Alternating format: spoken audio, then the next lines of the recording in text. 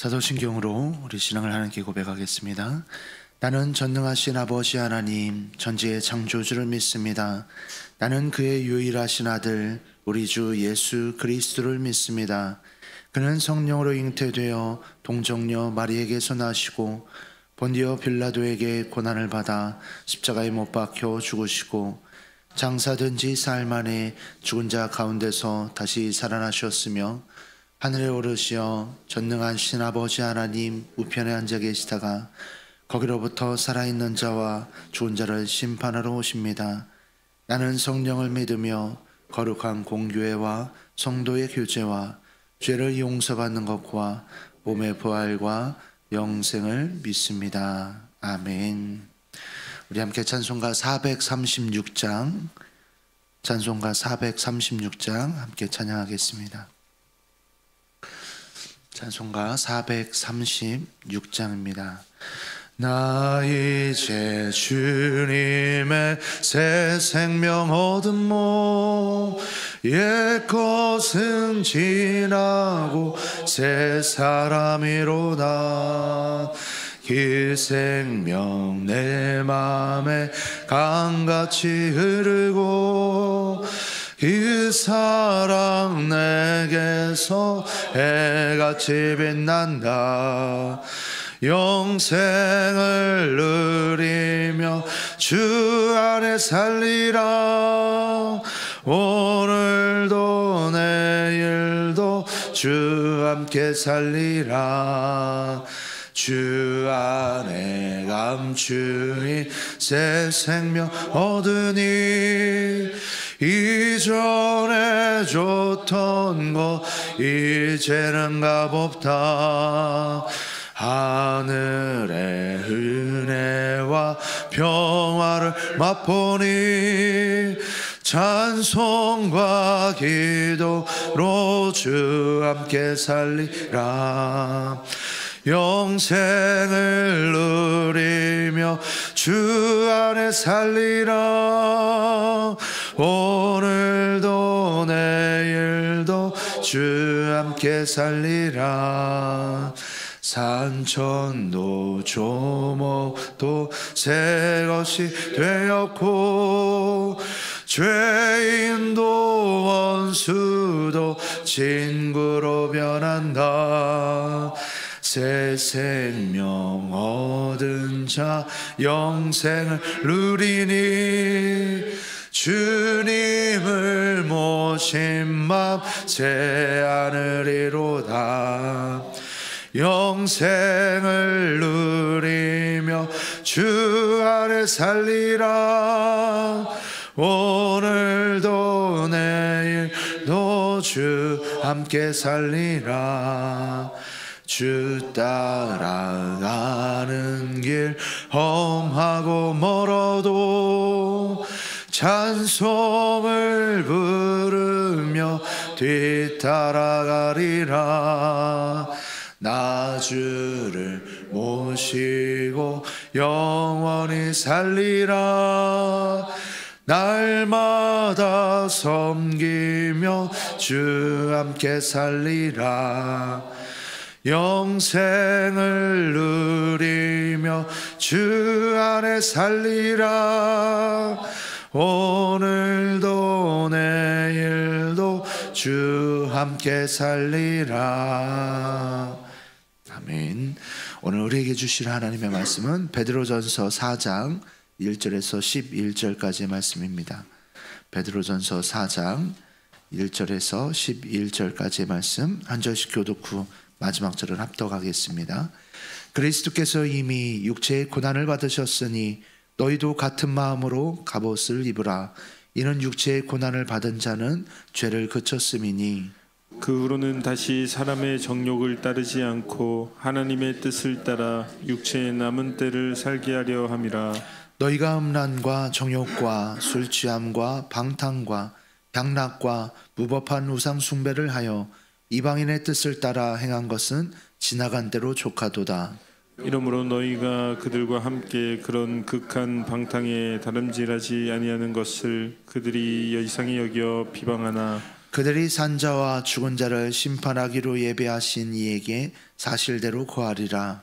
이를 위하여 죽은 자들에게도 복음이 전파되었으니 이는 육체로는 사람으로 심판을 받으나 영으로는 하나님을 따라 살게 하려 함이라. 만물의 마지막이 가까이 왔으니 그러므로 너희는 정신을 차리고 근신하여 기도하라. 무엇보다도 뜨겁게 서로 사랑할지니 사랑은 허다한 죄를 덮느니라. 서로 대접하기를 원망 없이 하고 각각 은사를 받은 대로 하나님의 여러 가지 은혜를 맡은 선한 청지기 같이 서로 봉사하라. 함께 읽습니다. 만일 누가 말하려면 하나님의 말씀을 하는 것 같이 하고 누가 봉사하려면 하나님이 공급하시는 힘으로 하는 것 같이 하라. 이는 범사에 예수 그리스도로 말미암아 하나님이 영광을 받으시게 하려 함이니 그에게 영광과 권능이 세세에 무궁하도록 있느니라. 아멘. 기도하겠습니다. 좋으신 아버지 하나님, 은혜를 감사합니다. 지난 간밤에도 저희들을 주님 품 안에서 편히 쉬게 해주시고 또 이 새벽에도 저희들을 주 앞에 불러주심을 감사합니다. 오늘도 저희들에게 새날 주시고 또 생명 주시고 건강 주셨는데 이 한 날도 주님과 더불어 동행하게 하시고 주를 기쁘시게 하는 한 날 되게 하여 주옵소서. 이 새벽에도 주님을 사모합니다. 말씀과 기도 가운데 저희들을 만나 주시며 주의 성령으로 충만케 하여 주옵소서. 기도의 영을 부어 주셔서 마땅히 간구할 것들로 기도할 수 있게 하여 주옵소서. 주님께 감사의 예물 또 1000번째 예물과 구역 예물을 드립니다.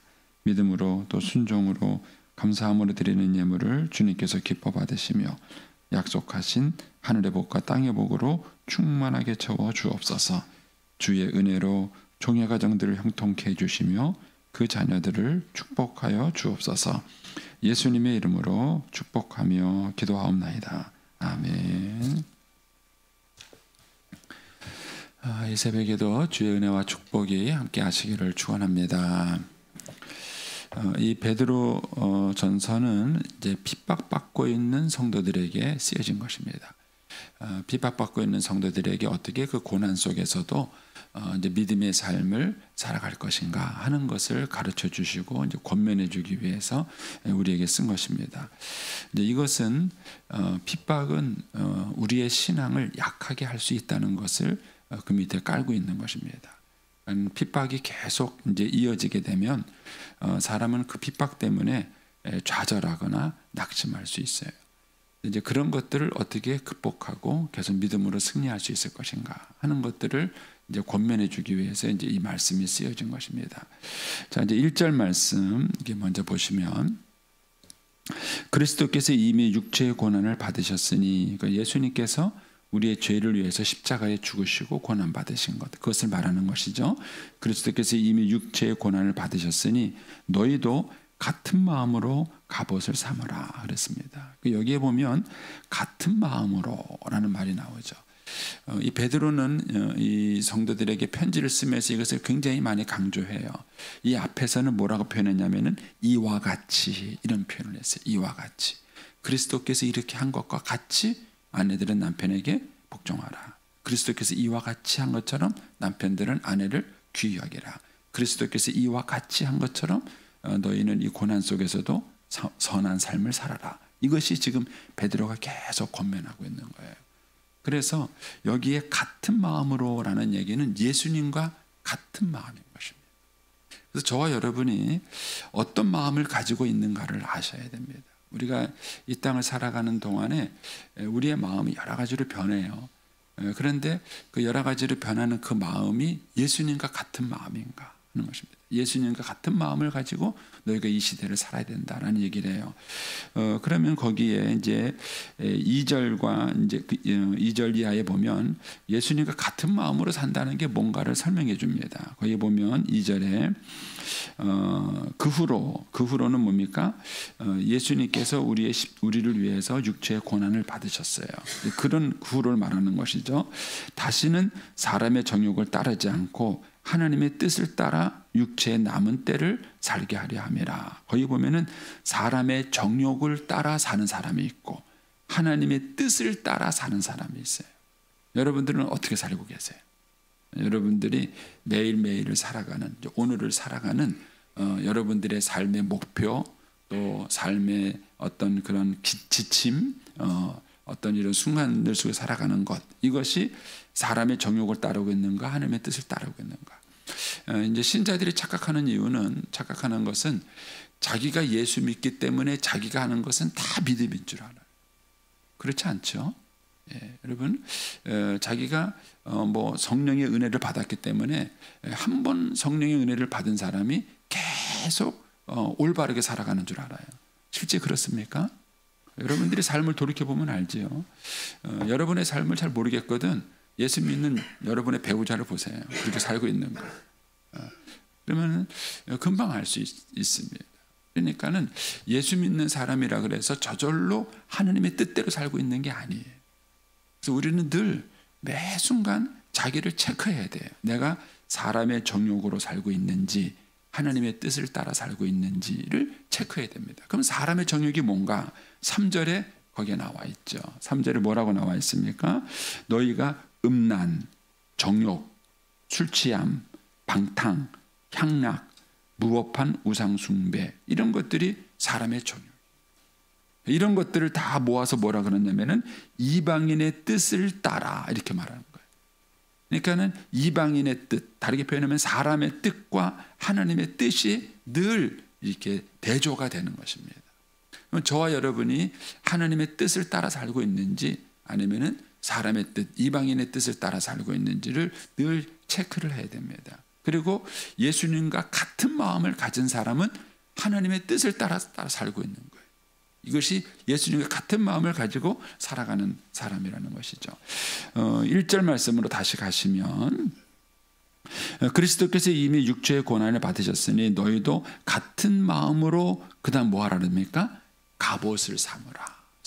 예수님의 마음으로 무장을 하라는 거예요. 예수님의 마음으로. 이 얘기는 우리의 마음이 무장할 필요성이 있다는 얘기를 하고 있는 것입니다. 우리의 마음은 끊임없이 세상 것들로 공격을 받고 있습니다. 다시 한번 3절로 가면은요, 여러분 얼마나 많은 음란에 우리가 공격을 받고 있습니까? 우리가 살고 있는 시대를요, 음란 공화국이라고 해도 과언이 아니지 않습니까? 그러니까는 이런 음란으로부터 우리는 끊임없이 외부의 공격을 받아요. 그 외부의 공격만 있습니까? 우리 안에서 나오는 음란도 있어요. 이런 것들로부터 자기를 지킬 만한 무장력이 있는가?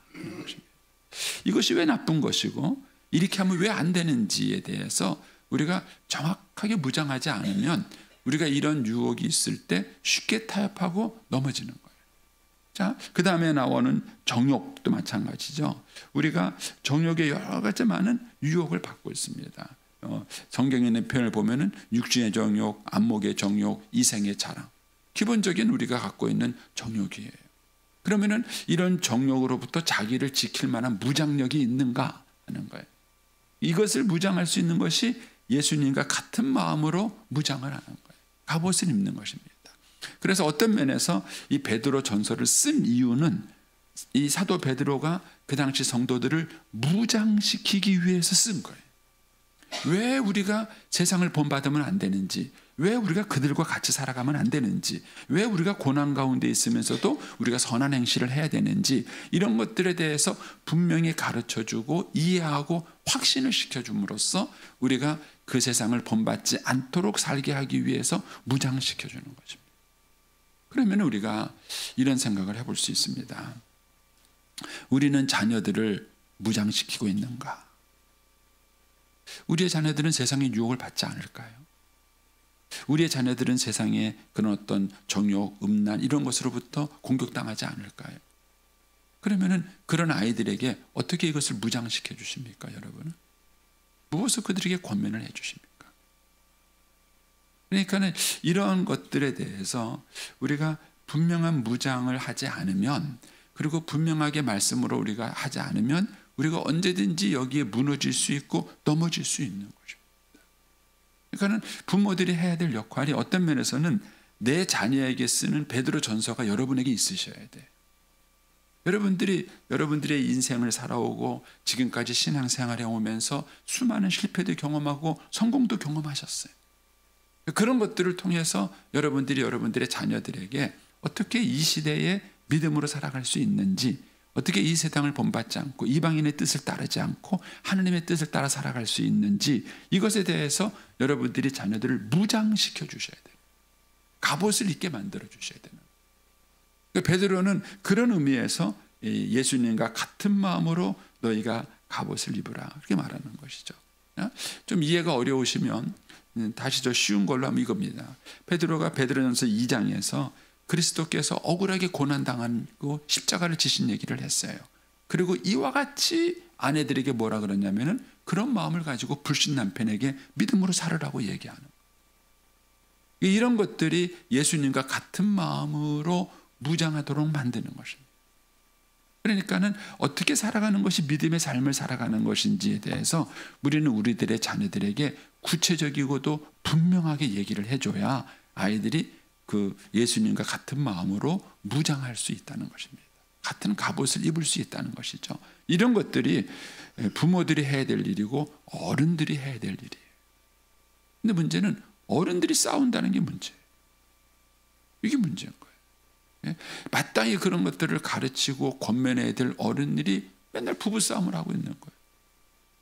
그건 아이들이 거기서 무슨 지침을 받을 수 있겠고 무슨 도움을 받을 수 있겠느냐는 거예요. 선생님. 교회도 마찬가지. 그래서 교회에서 어른들이 싸우면 안 돼요. 제가 늘 말씀드리지만 권사님들 싸우지 마세요. 어른들이 싸우면 뭘 가르치겠습니까?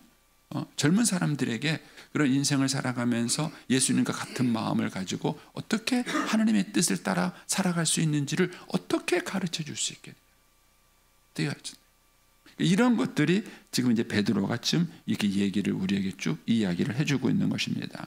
그래서 이제 3절에 가면 저는 이제 개인적으로 2절 3절에 이제 은혜를 받았거든요.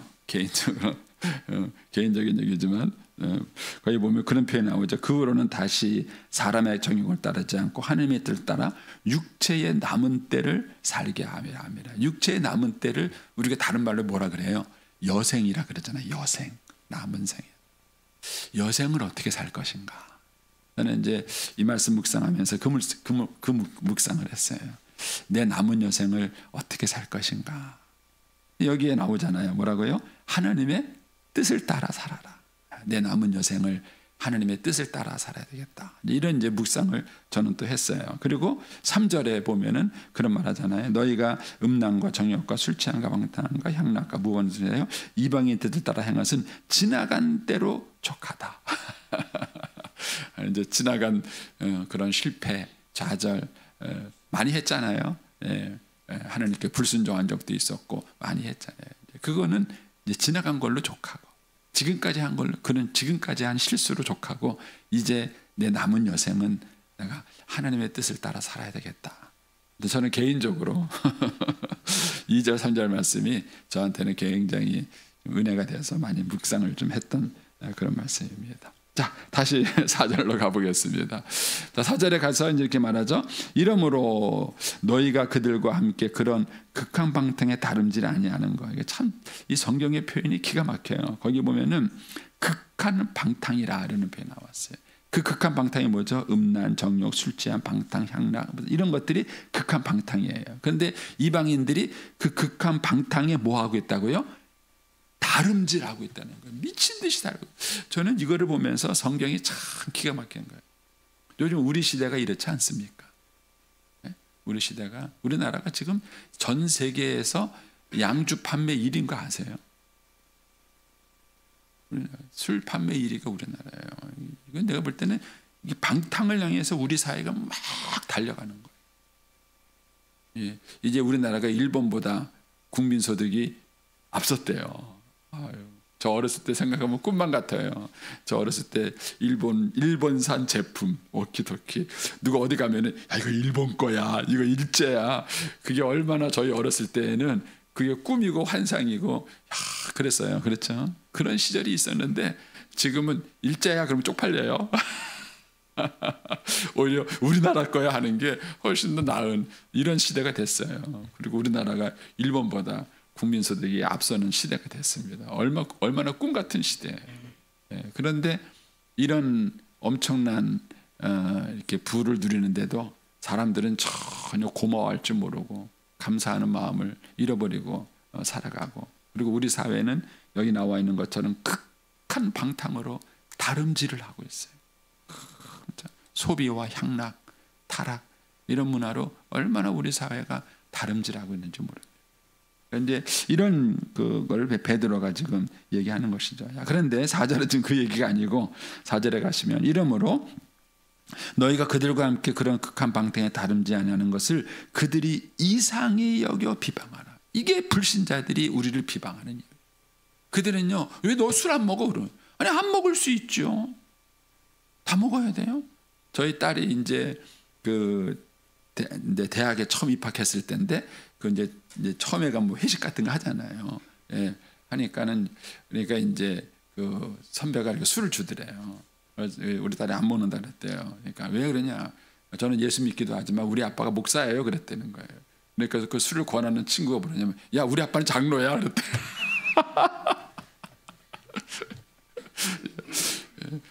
나는 아빠가 장로인데도 술 먹는데 너는 네 아빠가 목사라서 술 안 먹냐는 거예요.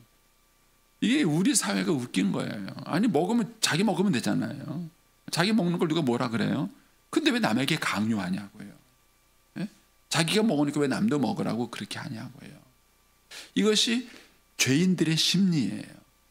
그들이 왜 예수 믿는 사람들을 비방하는가? 그들이 자기들과 똑같이 살지 않는 것을 우리를 이상하게 여기는 거예요. 똑같이 죄질을 하는 거예요. 자기들처럼 그렇게 살아라는 거예요. 근데 그렇게 안 하는 우리를 이상하게 여기고는 자꾸 입방아를 찍고 우리를 비방하고 욕을 하는 거예요. 이것이 예수 믿는 사람들이 핍박을 받는 이유 중에 하나인 것입니다. 이 세상이 그런 거예요. 그런데 우리는 그런 세상을 본받으면 안 되는 거예요. 그리고 하나님의 뜻을 따라 살아가는 것이죠. 자, 그러면서 이제 5절 6절에 그들이 산 자와 죽은 자를 심판하기로 예배하신 이에게 사실대로 고하리라. 저는 이 사실대로라는 말씀을 여러 가지로 묵상을 해봤는데, 제 이제 목회 경험적으로 보면은 그래요. 예수 믿지 않는 사람들이 예수 믿는 사람을 핍박을 해요. 왜 너는 술 안 먹어? 왜 너는 담배 안 해? 왜 너는 우리처럼 그렇게 안 살아? 하고 그들을 비방하지만은요, 사실은 그들이 속으로 우리를 부러워하는 거 아세요? 사실은 부러워. 저 친구는 어떻게 저렇게 살지? 어떻게 나와 다르게 살아가는 거야? 그것을 굉장히 부러워. 굉장히 부러워.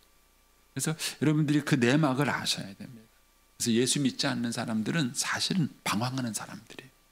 그 사람들은 인생을 어떻게 살아야 되는 것인지, 뭐가 가치 있게 살아가야 되는지를 그들이 모르고 방황하고 있는 사람이에요. 그런데 그들에게 이제 정답을 갖고 살아가는 사람을 만나면은요, 좋다는 표현을 안 해요. 겉으로는 비방해요. 겉으로는 우리를 욕해요. 사실은 속으로는 그들이 우리를 부러워하고 있습니다. 그래서 신자들이 이 어두움의 세상 속에서 어떻게 살아야 하는가 하는 것은 굉장히 중요한 메시지가 되는 것이지요. 자, 그러면서 이제 7절 이하에 이제 우리가 예수 믿는 사람이 또 핍박 속에서 어떻게 사는지를 얘기합니다. 만물의 마지막이 가까웠으니 그러므로 너희는 정신을 차리고 근신하며 기도하라. 자, 거기에 중요한 표현을 제가 표시해 드릴 테니까 표시를 한번 해보세요. 근신하여 기도하라. 밑줄을 한번 그시고요. 그 다음에 8절에 가면은 무엇보다 뜨겁게 서로 사랑하라. 서로 사랑하라. 에다가 밑줄을 그시고요. 그 다음에 9절에 가면은 서로 대접하라. 서로 대접하라. 이런 밑줄을 그시고요. 10절 끝부분에 가면은 서로 봉사하라. 서로 봉사하라. 이게 신자가 살아가야 될 삶의 모습이에요. 기도하고 사랑하고 대접하고 봉사하고, 이것만 잘하시면 돼. 다시 말씀드려요. 기도하고 사랑하고 대접하고 봉사하고, 요거를 우리가 잘하면 돼요. 자, 그러는데 기도에 대해서는 어떤 수식어가 있냐면은 정신 차리고 근신하여, 이런 말이 있어요. 이 얘기는요, 기도는 절대로 저절로 되는 게 아니라는 거예요. 정신 바짝 차리고 긴장해야 기도가 되는 것이에요. 제가 약간 섭섭한 얘기 하나 할게요. 네. 저는요, 신앙생활 그렇게 오래 한 사람이 예배에 빠지고 이러는 것들이 이해가 안 돼요. 그렇잖아요. 신앙생활 그렇게 오래 한 사람이. 그만큼 오랜 세월을 훈련받고 했을 텐데도 그게 몸에 안 익은 거예요. 그런데 성경을 보면 자연스러운 거예요. 왜 그렇죠? 정신 차리고 긴장하지 않으면 누구든지 게을러질 수 있어요. 누구든지 기도하지 않을 수 있습니다. 그래서 절대 기도는 자연스럽지 않습니다. 예배는 자연스럽지 않습니다.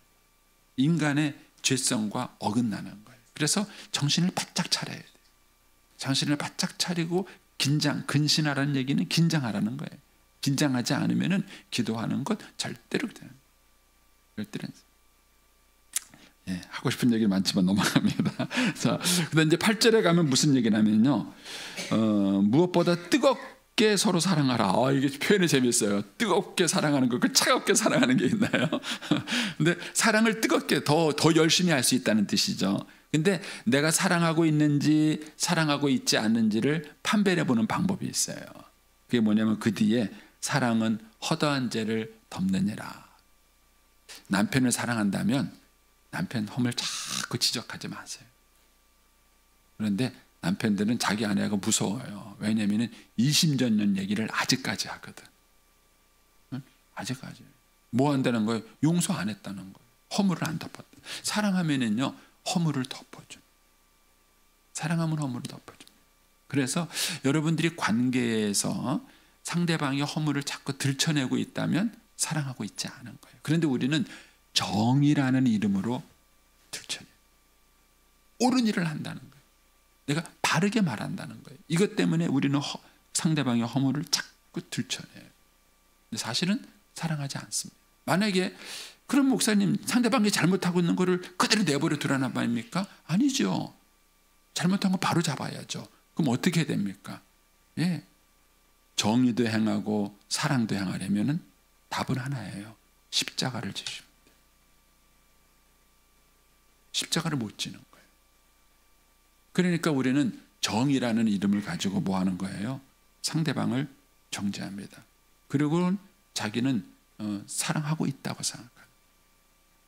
이 부분을 여러분들이 잘해요. 그래서 여러분의 가정의 분위기가 허물을 들춰내는 분위기인가? 너 왜 공부 안 했어? 엄마가 방 치우라 그랬지? 이거 정리하는 거 말 안 들어? 도대체 몇 번 얘기해야 되는 거예요? 뭐 이런 얘기예요. 제발 좀 고치세요. 그게 허물을 들춰내는 거잖아요. 허물을 들춰. 그러면 정의와 사랑을 향하는 방법, 그는 십자가예요. 하나님이 보여주신 방법이에요. 하나님이 보여주신 방법. 그 다음에 9절에 서로 대접하기를 원망 없이 하고, 그러니까 대접하는 자리에서는 반드시 뭐가 있다? 원망이 있다. 그래서 제가 이것 때문에 이해했어요. 주방에서는 싸움이 날 수밖에 없다. 왜냐하면 대접하는 자리잖아요. 대접하는 자리니까 뭐가 생겨요? 원망이 생기게 돼 있어요. 그래서 여러분들이 대접하는 자리에 갔을 때 조심할 것은 뭐냐면은 원망하지 않는 거네. 그것만 잘해도 영성이 있는 거예요. 원망하지 않고 대접하기. 권사님들 잘해보세요. 집에서도 살림 많이 하다 보니까는 엄마가 원망을 제일 많이 하잖아요. 엄마가 집도 청소하고 빨래도 하고 뭐 음식도 차리고 주로 엄마들이 이런 대접을 많이 하잖아요. 그러니까 이제 엄마들이 원망을 많이 하는 것 같아요. 어쨌든 이 대접과 원망이 관계가 있다는 얘기를 합니다. 그 다음에 이제 10절에 가면 봉사하라 하는 얘기가 나와요. 봉사. 근데 이 봉사할 때 조심할 것이 뭐냐면은 10절 앞부분에 각각 은사를 받은 대로 선한 청지기 같이라는 표현입니다. 그러니까 봉사하는 사람이 조심할 것은 뭐냐면요, 내 것을 가지고 한다는 생각을 철저하게 버려요. 내 돈 가지고, 내 능력 가지고, 내 힘 가지고 내가 했다고 생각하니까는요 본전 생각이 나는 거예요. 그래서 봉사하고 난 다음에 누가 안 알아주면은요 섭섭해요. 시험 들어요. 그리고 봉사하고 나면은요 반드시 목소리가 커져요. 왜요? 내 것 가지고 했으니까. 본전 찾고 싶은 거예요. 그죠? 그런데 봉사하는 사람이 조심할 것은 뭐냐면 내 것은 없어요. 하나님께 받았잖아요. 하나님이 주신 거잖아요. 하나님의 것으로 하는 거잖아요. 이게 청지기예요. 그래서 봉사하는 사람이 철저하게 조심해야 될 것은 그거예요. 내 것을 가지고 하는 것이 아니라 하나님이 나에게 주신 것을 가지고 하는 것이다. 하나님이 나에게 은혜를 주시지 않으면 내가 이것을 할 수 없다. 이것을 늘 기억하셔야 돼요. 이것을 기억하시게 되면은 그렇게 사람들에게 실수하지 않게 되는 것이죠. 그래서 11절에 가면은 그런 얘기를 합니다. 예를 들어서 얘기한 거예요. 누가 말하라면 어떻게 하라고요? 하나님이 말씀하는 것처럼. 누가 봉사하려면 어떻게 하라고요?